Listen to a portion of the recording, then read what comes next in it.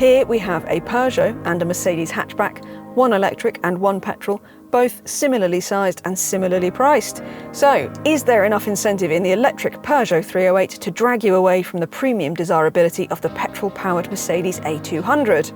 Well, that is what we are here to find out. So, over here in the grey corner, we have got the new Peugeot E-308. This is the top spec GT version, which costs £42,000, but you can get it with a bit less kit for £40,000. Even so, that gets you 51 kilowatt hour lithium ion battery, which is good for a WLTP range of between 236 miles up to over 260 miles. So the range is much improved on the E308 over, older stuff like the E208, that kind of thing. So that's not bad at all. And I have to say, in the Peugeot's corner also, looks absolutely fantastic, doesn't it, this car? I do think the styling is just brilliant, so I really, really like the look of it. In the white corner, we have got the Mercedes A200. So we are doing this test really because it's an interesting point in the car market, isn't it? In that you can at the moment get a pure electric Peugeot and a petrol Mercedes for almost exactly the same price. So you go for the premium image and a petrol engine, or do you go for a slightly less premium car? Although I have to say Peugeot's been inching up the market recently and really pushing to kind of up its quality and its perceived image with a full electric battery for the same price. It's an interesting conundrum to have.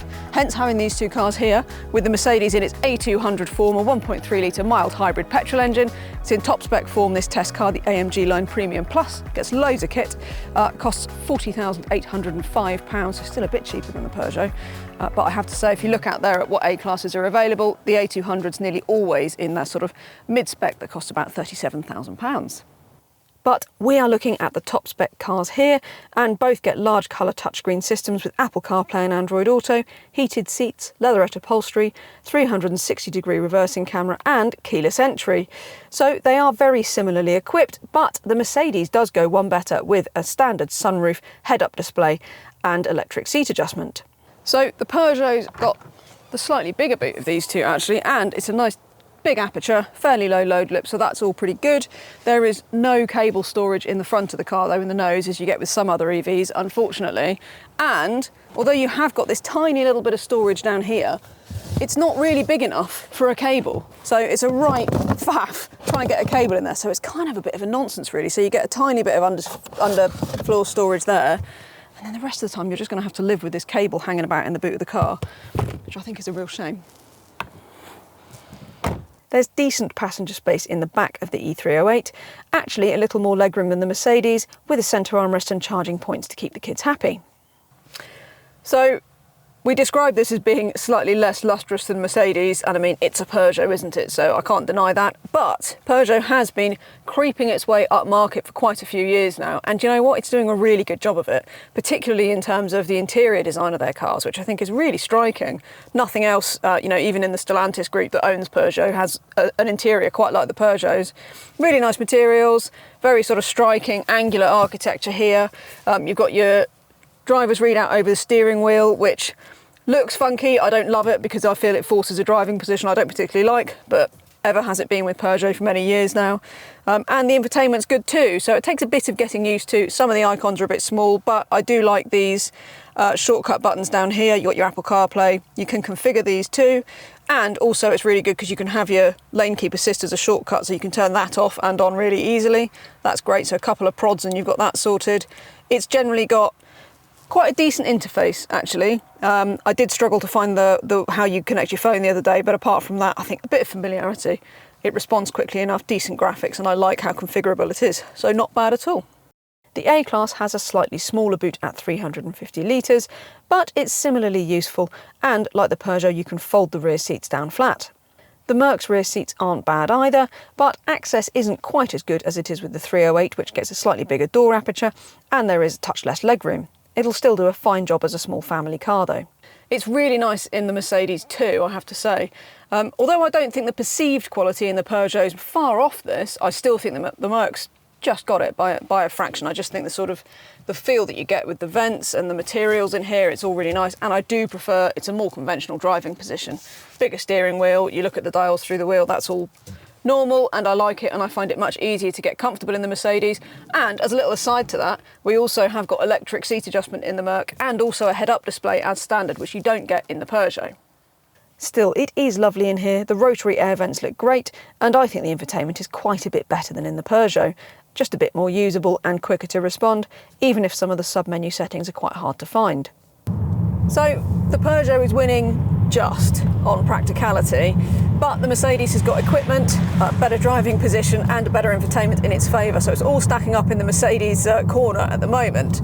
What I do want to say at this point is that you can get an equivalent petrol Peugeot 308 for much cheaper than the A-Class. So you are still saving a lot by going for an equivalent Peugeot. So it's about £32,500 for a top spec 1.2 litre Peugeot 308, and that's a really lovely car. So we're not really comparing like for like here, obviously. That's the whole idea of this test, is to see whether these days you're better off going for an electric Peugeot or a petrol Mercedes. But like I said, it seems to be stacking up in the Merc's favour at the moment. And it's a nice car to drive too. So this little petrol engine is quite coarse when you start it from cold. I have to say it's quite gritty sounding, but it warms up quite quickly, calms down, much more refined. But still not the most refined car, because you get quite a lot of tyre noise, and the ride isn't brilliant either. It's quite brittle and a bit restless at lower speeds, and it never settles down as much as I'd like it to. The Peugeot is definitely the more comfortable car on that front. But having said that, the Mercedes is also the faster car. So 161 brake in this A200, 0 to 62 in 8.2 seconds. And it does feel pretty rapid actually, and quite sort of wieldy in corners.